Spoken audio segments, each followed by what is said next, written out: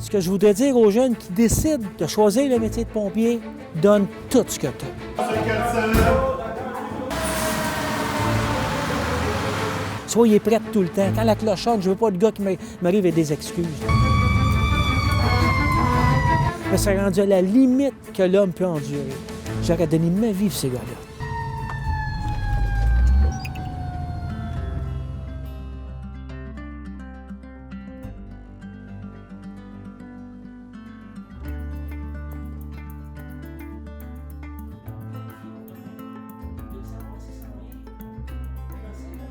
C'est un gars très inspirant. À 62 ans d'âge, être encore sur un camion de pompiers, aller au feu, rentrer à quatre pattes dans la boucane, comme on dit. Il y a eu une grosse influence sur tous les services incendie Montréal, je dirais. Les gens se disent, peut-être a-t-il mis sa vie en danger lui-même? Quand je m'en venais aux 50, je savais pas que j'allais tomber sur une personne un peu légendaire de même, si on veut. Là. Le monde veut lui ressembler. C'est un gars avec une fougue. Il peut pas être plus passionné de son métier. C'est tout lui qui m'a appris. Je suis rentré il y a 40 ans. 40 ans plus tard, je sors droit comme une barre. Droit comme un chêne. Parce que pour moi, pompier, c'est ça. J'ai pas connu les chevaux, là, pour ceux qui pensent que je suis assez vieux pour les chevaux. J'ai connu les vieilles imperméables noires. J'ai connu les vieux chapeaux noirs avec la palette en arrière, les petites affaires pour protéger nos yeux, pas de gants, pas de radio. J'ai connu ça. Là, j'ai vu changer les choses, le matériel qu'on a à notre disposition, les camions. On est équipé avec des Bluetooth, des appareils respiratoires qui sont performants au bout. L'équipement, là, c'est incomparable avec mon début de métier.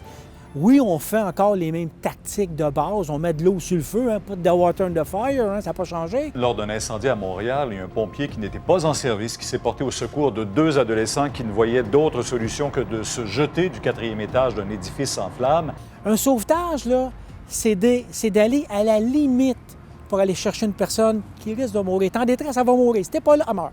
J'ai agi d'une façon instinctive et en entendant les cris, je pense que chaque être humain ne peut pas rester insensible à ça. Et c'est ce qui a fait en sorte que j'ai réagi. J'ai pu réaliser tout ce que les pompiers aimeraient réaliser, même si on le sait que c'est une détresse humaine qu'on va faire face. Mais le fait d'y participer, de laisser une personne en vie, je suis riche, je suis millionnaire aujourd'hui.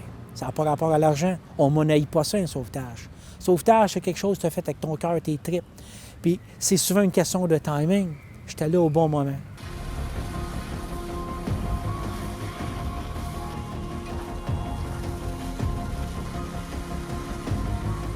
Quand tu signales le 911, tu es en détresse, tu as besoin de moi. Je m'en vais te dire, pas prête. Appelle-en un autre. Moi, de même, ça marche. Moi, les coins ronds, j'aime pas ça.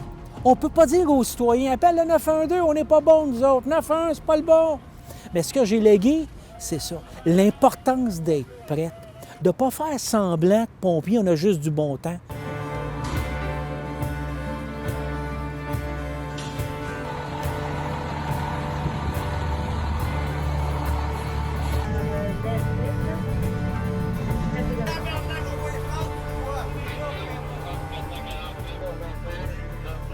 Ce qui fait que j'ai toffé aussi longtemps, la camaraderie.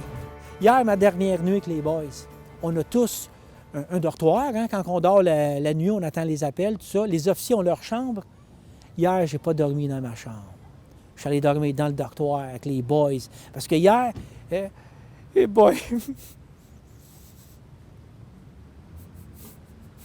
Excusez. Hier, là, j'ai voulu redevenir pompier. Je me suis couché dans le dortoir avec les boys. J'étais pompier hier. Quelle fierté d'avoir été pompier tout ce temps-là.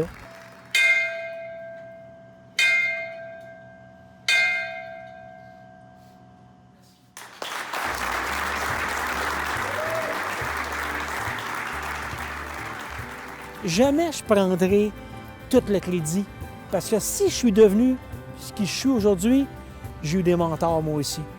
Il y a quelqu'un d'autre avant moi qui a ouvert la route. Puis si aujourd'hui j'ai permis à d'autres de suivre ce chemin-là, mon Dieu merci.